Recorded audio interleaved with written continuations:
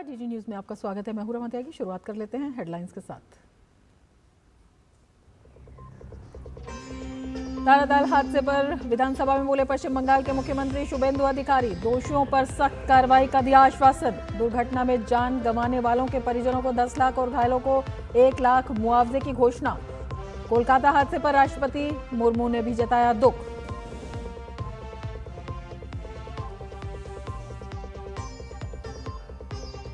सेवातीर्थ में प्रधानमंत्री मोदी से मिले अमेजन सीईओ एंडी जेसी।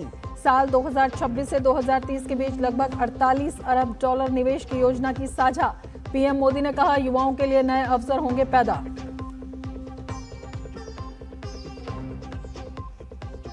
संविधान हत्या दिवस पर बोले प्रधानमंत्री नरेंद्र मोदी। आपातकाल को भारत के इतिहास का बताया सबसे काला दौर। पीएम मोदी ने न्याय, स्वतंत्रता, समानता और बंधुत्व के सिद्धांतों की रक्षा के लिए जताई प्रतिबद्धता।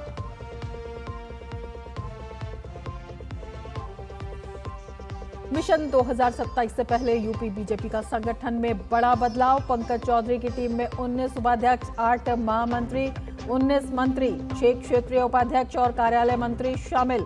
संगठन को बूथ स्तर तक और मजबूत बनाने पर जोर।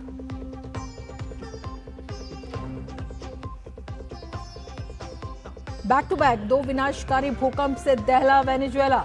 32 लोगों की मौत, 700 से ज्यादा घायल। पीएम मोदी ने भूकंप से हुई तबाही पर जताया दुख। भारत ने हर संभव सहायता का दिया भरोसा।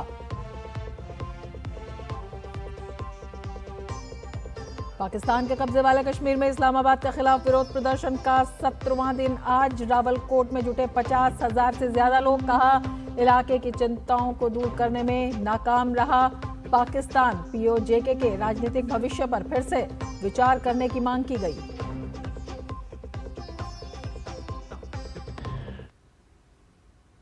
और अब विस्तार से समाचार। आज देश भर में संविधान हत्या दिवस मनाया जा रहा है। प्रधानमंत्री नरेंद्र मोदी ने सोशल मीडिया हैंडल इंस्टाग्राम पर पोस्ट के जरिए बताया कि हमारे लोकतांत्रिक इतिहास में 25 जून इतना महत्वपूर्ण क्यों है। उन्होंने कहा, सभी विपक्षी नेताओं को गिरफ्तार कर लिया गया था। राजनीतिक असहमति की हर आवाज को बेरहमी से कुचल दिया गया था। विचारकों, लेखकों, पत्रकारों, सामाजिक कार्यकर्ताओं, छात्रों और आम नागरिकों को जेल में डाल दिया गया तथा उन पर अत्याचार किए गए। संविधान की खुलेआम अवहेलना की गई। पीएम ने लिखा, न्यायपालिका को राजनीतिक नियंत्रण में लाने के लिए कई नापाक प्रयास किए गए। मीडिया पर अंकुश लगा दिया गया। जो लोग सत्ता के फरमान के आगे झुकने को तैयार नहीं थे, उन्हें चुप करा दिया गया या डराकर खामोश कर दिया गया। हालांकि लोकतंत्र और संवैधानिक मूल्यों की रक्षा के लिए हर विचारधारा और हर वर्ग के लोग एकजुट हुए। उन्होंने कठिनाइयों और त्याग के बावजूद प्रतिरोध की मशाल को जलाए रखा। मुझे भी आपातकाल विरोधी आंदोलन का हिस्सा बनने का मौका मिला। आपातकाल के विरोध में उठे जन आंदोलन ने तत्कालीन कांग्रेस सरकार को जनशक्ति के आगे झुकने पर मजबूर कर दिया। इसके बाद आपातकाल समाप्त किया गया और चुनाव कराने की घोषणा की गई। आपातकाल लागू करने वालों को चुनाव में करारी हार का सामना करना पड़ा। आपातकाल का गंभीर अपराध उन लोगों के माथे पर हमेशा के लिए दर्ज है जिन्होंने इसे थोपा था। आज हम उन सभी लोगों को नमन करते हैं जो उस कठिन दौर में लोकतंत्र की रक्षा के लिए अडिग रहे। उन्हीं के संघर्ष और साहस के कारण लोकतंत्र सुरक्षित रह सका। संविधान हत्या दिवस पर केंद्रीय गृह मंत्री अमित शाह ने एक्स पर लिखा कि 25 जून 1975 भारतीय लोकतंत्र के इतिहास का वो काला अध्याय है जब इंदिरा गांधी और कांग्रेस पार्टी के सत्ता के अहंकार तथा लालच ने संविधान की आत्मा, प्रेस की स्वतंत्रता और अभिव्यक्ति के अधिकार को कुचलने का प्रयास किया था। संविधान हत्या दिवस के अवसर पर लोकतंत्र के उन सभी सेनानियों को श्रद्धापूर्वक नमन करता हूं जिन्होंने आपातकाल के विरुद्ध संघर्ष कर लोकतांत्रिक मूल्यों की रक्षा की। मोदी सरकार द्वारा 25 जून को संविधान हत्या दिवस के रूप में मनाने का उद्देश्य इस काले अध्याय को राष्ट्र की स्मृति में जीवित रखना तो ये सुनिश्चित करना है कि भविष्य में कांग्रेस पार्टी लोकतंत्र और संविधान पर ऐसा आघात कभी दोबारा ना कर सके।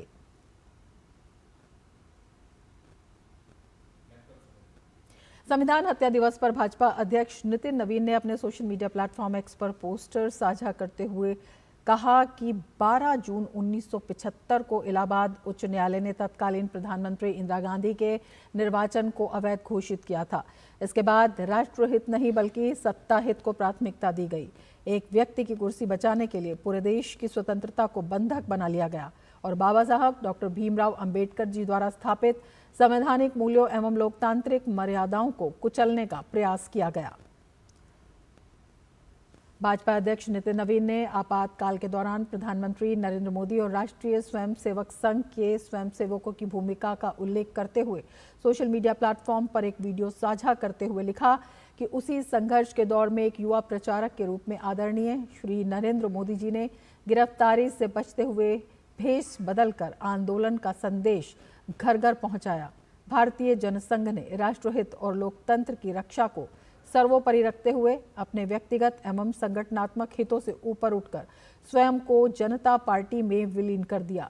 राष्ट्रीय स्वयंसेवक संघ के हजारों स्वयंसेवकों ने भूमिगत रहकर लोकतंत्र की रक्षा का कार्य किया, जबकि अखिल भारतीय विद्यार्थी परिषद ने छात्र शक्ति को संगठित कर जनजागरण का नेतृत्व किया।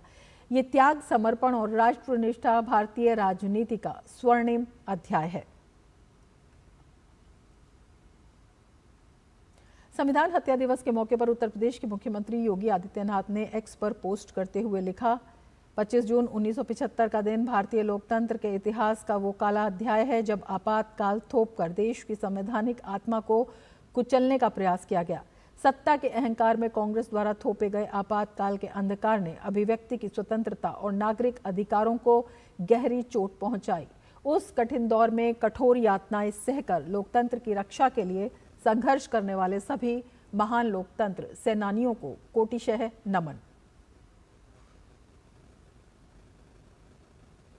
देश में 1975 में लागू किए गए इमरजेंसी के 50 वर्ष पूरे होने पर पूर्व केंद्रीय मंत्री और भाजपा नेता रविशंकर प्रसाद ने कांग्रेस और विपक्ष पर निशाना साधा। उन्होंने कहा कि आज लोकतंत्र और संविधान बचाने की बात करने वाले लोगों को इमरजेंसी के दौरान हुए अत्याचारों को याद करना चाहिए। रविशंकर प्रसाद ने कहा कि इमरजेंसी देश हित में नहीं बल्कि तत्कालीन प्रधानमंत्री इंदिरा गांधी की कुर्सी बचाने के लिए लगाई गई थी। उन्होंने आरोप लगाया कि उस दौरान लोकतांत्रिक संस्थाओं को कमजोर किया गया, विपक्षी नेताओं को जेल में डाला गया और प्रेस की स्वतंत्रता पर अंकुश लगाया गया। इमरजेंसी के 50 साल पूरे हो गए। आज देश में लोकतंत्र बचाने की बात बहुत लोग करते हैं, बहुत लोग संविधान दिखाते हैं। इंदिरा गांधी का इलेक्शन रायबरेली से सेट असाइड हो गया इलाहाबाद हाई कोर्ट के द्वारा। इंदिरा जी सुप्रीम कोर्ट आई उसके खिलाफ, उनको स्टे नहीं मिला। यही कहा गया आप सदन में आ सकती हैं लेकिन बोलेंगी नहीं।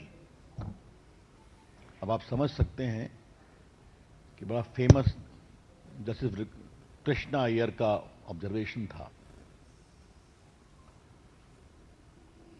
ये जब वाकया हुआ तब इंदिरा गांधी को बचाने की कोशिश हुई और उसी बचाने की कोशिश में इमरजेंसी का दुरुपयोग किया गया। तो पहली बात यह ध्यान रखिए कि विपक्ष का विरोध, देश को तोड़ने की बात, यह सब बिल्कुल बेबुनियाद है। इमरजेंसी सिर्फ और सिर्फ लगाई गई इंदिरा गांधी की कुर्सी बचाने के लिए। मानवता को शर्मसार करने वाली इतनी घटनाएं हुई, राष्ट्रीय स्वयंसेवक संघ के स्वयंसेवकों के नाखून नोचे गए। ये बात मैं पूरी जिम्मेदारी से कह रहा हूं। प्रधानमंत्री नरेंद्र मोदी ने भारत में अमेज़न के 48 अरब डॉलर के रिकॉर्ड निवेश का स्वागत किया है। सोशल मीडिया पोस्ट में प्रधानमंत्री ने कहा कि ये निवेश देश के युवाओं के लिए नए अवसर पैदा करेगा। पीएम मोदी ने एक्स में लिखा कि एनडीजेसी के साथ बेहद सार्थक मुलाकात हुई। मैं भारत में अमेज़न के रिकॉर्ड 48 अरब डॉलर के निवेश का स्वागत करता हूं। ये निवेश हमारे युवाओं के लिए नए अवसर सृजित करेगा। साथ ही ये भारत में निवेश करने के प्रति दुनिया भर में बढ़ती रुचि और विश्वास को भी दर्शाता है। इससे पहले अमेज़न के मुख्य कार्यकारी अधिकारी एनडीजेसी ने आज नई दिल्ली स्थित सेवा तीर्थ में प्रधानमंत्री मोदी से मुलाकात की। एनडीजेसी ने प्रधानमंत्री के नेतृत्व की सराहना करते हुए भारत के बढ़ते वैश्विक महत्व को रेखांकित किया। उन्होंने कहा कि अमेज़न विकसित और आत्मनिर्भर भारत के प्रधानमंत्री के विजन से प्रेरित है और भारत की विकास यात्रा में दीर्घकालिक भागीदार बनने के लिए प्रतिबद्ध है। एनडीजेसी ने वर्ष 2026 से 2030 के बीच भारत में 48 अरब डॉलर निवेश की अमेज़न की योजना की जानकारी दी। इससे वर्ष 2030 तक देश में एआई और क्लाउड इंफ्रास्ट्रक्चर के विस्तार के लिए $13 अरब का निवेश भी शामिल है। कंपनी ने 2030 तक 38 लाख से अधिक रोजगारों को सहयोग देने, 1.5 करोड़ छोटे कारोबारियों तक एआई के लाभ को पहुंचाने और 40 लाख सरकारी स्कूलों के विद्यार्थियों को एआई आधारित अवसरों से जोड़ने का भी संकल्प जताया। Prime Minister's vision over the last 12 years is just remarkable, and you can see it in the development of the country and how important the country is in almost every aspect around the world. And when I have the good fortune to spend time with him, he has so many ideas for how to continue to make the country better on every dimension that it's very noteworthy, it's very remarkable, and it's impressive. We've invested $40 billion in India since the year 2010. And then at the end of last year, we announced that we were going to invest another $35 billion in India between 2026 and 2030. And we just announced today that we're going to increase that amount from $35 billion to an incremental $48 billion of investment between 2026 and 2030. Kolkata के Taratala building हादसे पर विधानसभा में मुख्यमंत्री शुभेंदु अधिकारी ने बड़ा बयान दिया है। मुख्यमंत्री ने राहत बचाव अभियान, मुआवजे और शुरुआती जांच रिपोर्ट का ब्यौरा देते हुए हादसे के लिए कोलकाता नगर निगम के अधिकारियों और पूर्व की टीएमसी सरकार पर गंभीर सवाल उठाए हैं। मुख्यमंत्री ने विपक्ष से सवाल किया कि उनकी सरकार ने पश्चिम बंगाल को इस स्थिति में क्यों और कैसे पहुंचने दिया। मुख्यमंत्री शुभेंदु अधिकारी ने बताया कि हादसे के महज 30 मिनट के भीतर पुलिस, सिविल डिफेंस, सेना और एनडीआरएफ ने राहत एवं बचाव अभियान शुरू कर दिया था। अब तक मलबे से 29 लोगों को निकालकर एसएसकेएम अस्पताल पहुंचाया गया, जिनमें 11 लोगों की मौत हो चुकी है। फिलहाल 20 लोगों का इलाज चल रहा है। सरकार ने मृतकों के परिजनों को 10-10 लाख रुपए और घायलों को 1-1 लाख रुपए की सहायता देने का ऐलान किया है। मुख्यमंत्री ने विधानसभा में कहा कि कोलकाता नगर निगम की प्रारंभिक जांच में 3 इंजीनियरों की लापरवाही सामने आई है। उन्होंने दावा किया कि भवन का नक्शा 17 जनवरी 2026 को मंजूर किया गया था और इस मामले में अब तक 5 लोगों को गिरफ्तार किया जा चुका है, जबकि सुपरवाइजर असगर की तलाश जारी है। शुभेंदु अधिकारी ने आरोप लगाया कि भ्रष्टाचार और नियमों की अनदेखी के कारण ये हादसा हुआ। उन्होंने ये भी कहा कि बचाव अभियान के दौरान सेना के 215 जवान आधुनिक उपकरणों के साथ जुटे रहे। उनकी मदद से 20 लोगों को जीवित बाहर निकाला जा सका। রাজনীতি করব না, কিন্তু কি করেছেন আপনারা? এক টাকাও তো ছাড়ার কোনো সিন নেই। আপনার প্রাক্তন মেয়রের সই আছে এতে, কাউকে ছাড়া হবে না। আপনার ইঞ্জিনিয়ার যাদের নাম আছে, it is found that Sri Aminur Sheikh, sub assistant engineer, Sri Nirmalendu Sardar, assistant engineer, Sri Ranjan Das, executive engineer, has not discharged their duties and responsibilities in respect of the instead premises. राष्ट्रपति द्रौपदी मुर्मू ने कोलकाता हादसे पर दुख जताया। राष्ट्रपति मुर्मू ने x पर एक पोस्ट की और कहा, कोलकाता में एक गोदाम की छत गिरने से हुई लोगों की मृत्यु का समाचार अत्यंत दुखद है। शोक संतप्त परिवारजनों के प्रति मैं गहरी संवेदना व्यक्त करती हूं। मैं घायलों के शीघ्र एवं पूर्ण स्वस्थ होने की कामना करती हूं।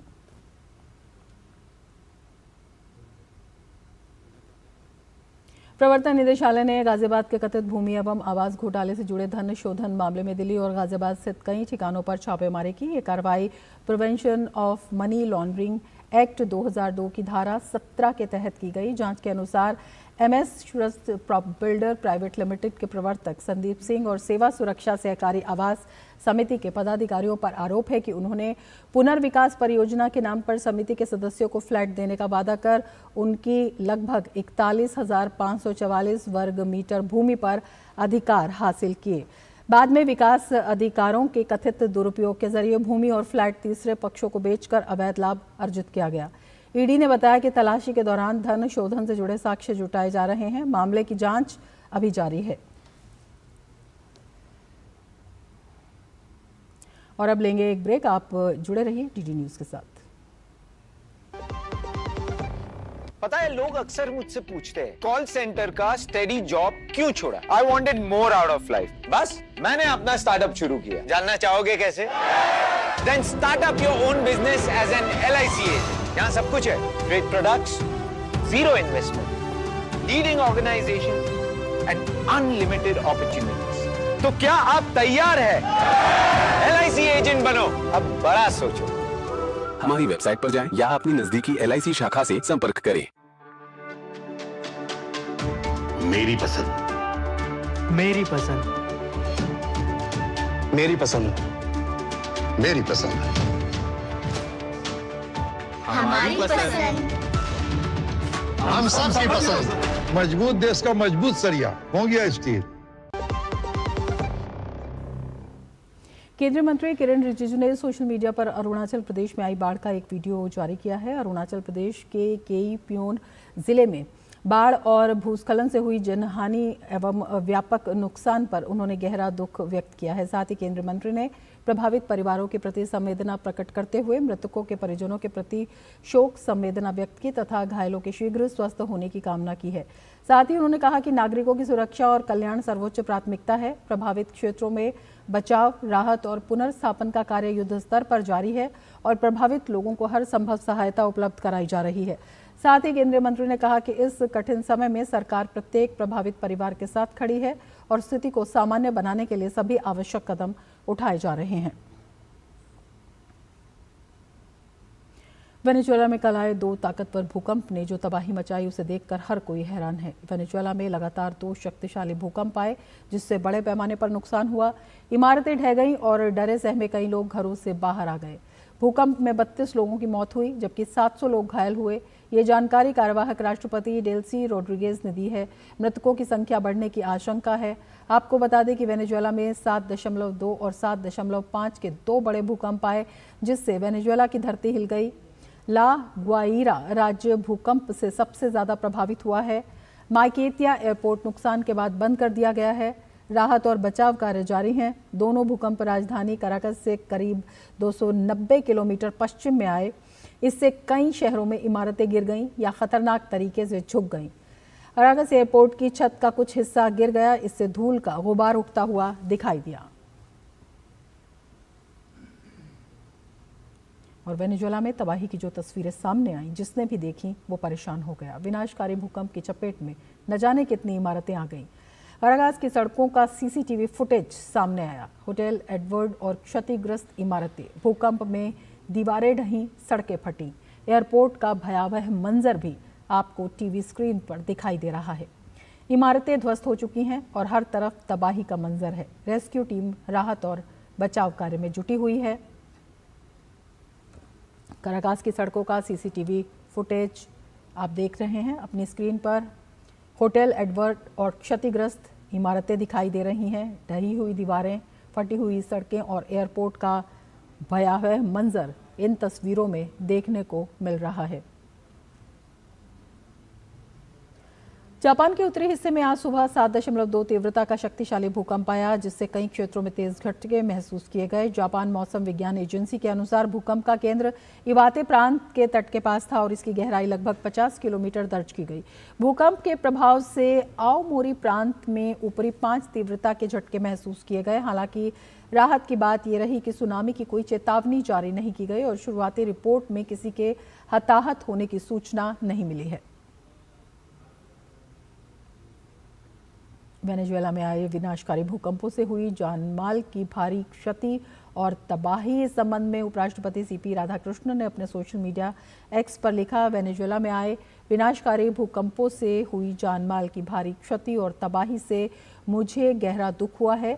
इस मुश्किल घड़ी में मेरी संवेदनाएं उन लोगों के साथ है जिन्होंने अपनों को खो दिया है, जो घायल हुए हैं और उन अनगिनत परिवारों के साथ हैं जिनकी जिंदगी उथल पुथल हो गई है। उम्मीद है कि वेनेजुएला के लोग इस बड़ी चुनौती का सामना करने के लिए हिम्मत और मजबूती दिखाएंगे। मैं भारत के लोगों की ओर से वेनेजुएला के लोगों के प्रति अपनी सहानुभूति और एकजुटता व्यक्त करता हूं। मिलिट्री इंजीनियरिंग सर्विसेज के ट्रेनी अफसरों ने राष्ट्रपति द्रौपदी मुर्मू से राष्ट्रपति भवन में मुलाकात की। इस अवसर पर राष्ट्रपति ने कहा कि MES अधिकारियों का कौशल, समर्पण और कड़ी मेहनत सशस्त्र बलों को प्रभावी ढंग से अपने दायित्व निभाने में सक्षम बनाती है। उन्होंने कहा, उनके प्रयास केवल एक मजबूत और सुरक्षित भारत के निर्माण में ही नहीं, बल्कि एक स्वच्छ, हरित और सतत भारत के निर्माण में भी योगदान देने वाले होने चाहिए। पंजाब में आज से स्पेशल इंटेंसिव रिवीजन यानी SIR की प्रक्रिया शुरू हो गई है। इस प्रक्रिया के तहत 24,453 BLO एम्यूनरेशन फॉर्म भरवाने के लिए घर घर पहुंचेंगे। अभियान का मकसद फर्जी, डुप्लीकेट, मृत और स्थानांतरित मतदाताओं के नाम हटाकर चुनावी प्रक्रिया को और पारदर्शी बनाना है। पंजाब के मुख्य चुनाव अधिकारी के मुताबिक SIR की प्रक्रिया 24 जुलाई तक चलेगी और इसके बाद दावे आपत्तियों की प्रक्रिया पूरी कर 1 अक्टूबर 2026 को अंतिम मतदाता सूची प्रकाशित की जाएगी। उन्होंने बताया कि इस प्रक्रिया के तहत BLOs राज्य के 2,14,61,043 मतदाताओं तक पहुंचकर गणना प्रपत्रों का वितरण, उन्हें भरवाने और वापस एकत्र करने का काम करेंगे। इसके बाद 3 अगस्त को मतदाता सूचियों का प्रारूप प्रकाशित किया जाएगा। मतदाता सूचियों से संबंधित दावे और आपत्तियां 3 अगस्त और से 2 सितंबर तक प्रस्तुत की जा सकेंगी, जबकि उनका निपटारा 28 सितंबर तक किया जाएगा। पंजाब में 2027 विधानसभा चुनाव से पहले शुरू हो रही ये कवायद चुनावी प्रक्रिया की पारदर्शिता और विश्वसनीयता को मजबूत करने की दिशा में एक बड़ा कदम मानी जा रही है। NIA ने पश्चिम बंगाल के मालदा जिले में अप्रैल में हुए चुनाव से पहले SIR विरोध प्रदर्शनों, हिंसा और न्यायिक अधिकारियों को बंधक बनाने के मामलों में बड़ी कार्रवाई की है। NIA ने मोतबारी के एक स्थानीय नेता साइम चौधरी उर्फ बाबू चौधरी को गिरफ्तार किया है। जांच से पता चला कि बाबू चौधरी 1 अप्रैल को PTO ऑफिस में न्यायिक अधिकारियों को गैर कानूनी तरीके से बंधक बनाने में शामिल मुख्य आरोपी था। वो उस भीड़ का हिस्सा था जिसने कानून व्यवस्था में बाधा डाली और ड्यूटी पर तैनात पुलिसकर्मियों पर हमले किए, जिनमें 9 पुलिसकर्मी घायल हो गए थे। इस मामले में NIA ने अब तक कुल 30 आरोपियों को गिरफ्तार किया है। NIA पश्चिम बंगाल में SIR विरोध प्रदर्शनों के 1 दर्जन से ज्यादा मामलों की जांच कर रही है। राज्यसभा के नवनिर्वाचित और पुनर्निर्वाचित सदस्यों ने आज सदन की सदस्यता की शपथ ली। राज्यसभा के सभापति CP राधाकृष्णन ने संसद भवन स्थित राज्यसभा कक्ष में 10 सदस्यों को पद एवं गोपनीयता की शपथ दिलाई। शपथ लेने वालों में प्रवीण चक्रवर्ती, देवाशीष सामंत राय, सना सतीश बाबू, विजय चिंट कायाला, भाष्यम रामकृष्ण, लिंगामनेनी रमेश, राजेश परमानंद शुक्ला, वैद्यनाथ राम, परिमल नाथवानी और ताई तागक शामिल हैं। इनमें 5 सदस्यों ने हिंदी, 1 ने अंग्रेजी, 1 ने तमिल और 3 सदस्यों ने तेलुगु भाषा में शपथ ली। शपथ ग्रहण करने वाले सदस्यों में 4 आंध्र प्रदेश, 2 झारखंड तथा तमिलनाडु, गुजरात, अरुणाचल प्रदेश और ओडिशा से 1-1 सदस्य शामिल है।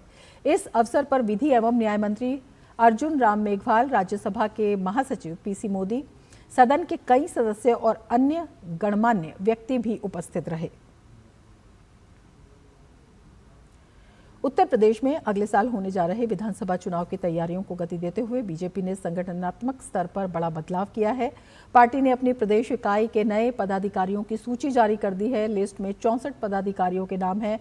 इनमें 19 उपाध्यक्ष, 8 महामंत्री, 19 मंत्री, 6 क्षेत्रीय उपाध्यक्ष और कार्यालय मंत्री शामिल हैं। नई टीम में विभिन्न सामाजिक और क्षेत्रीय वर्गों को प्रतिनिधित्व देने के साथ साथ संगठन को बूथ स्तर तक और मजबूत बनाने पर जोर दिया गया है। पार्टी नेतृत्व का मानना है कि नई टीम के जरिए कार्यकर्ताओं के बीच बेहतर समन्वय स्थापित होगा और चुनावी रणनीति को प्रभावी ढंग से लागू किया जा सकेगा।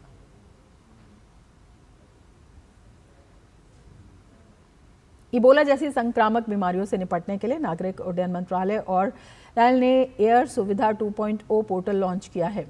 स्वास्थ्य सेवा महानिदेशालय DGHS के सहयोग से विकसित ये प्लेटफॉर्म स्वास्थ्य, इमिग्रेशन और सर्विलांस एजेंसियों के बीच रियल टाइम समन्वय सुनिश्चित करेगा। विदेश से आने वाले यात्री भारत पहुंचने से 24 घंटे पहले तक ऑनलाइन हेल्थ सेल्फ डिक्लेरेशन जमा कर सकेंगे। पूरी तरह कॉन्टैक्टलेस और पेपरलेस ये प्रणाली यात्रियों को तेज इमिग्रेशन क्लियरेंस और बेहतर स्वास्थ्य सुविधा प्रदान करेगी।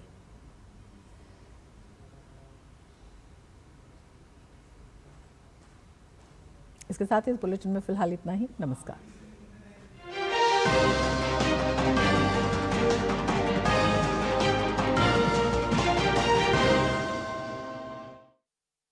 क्या आप भी एक कंटेंट क्रिएटर हैं और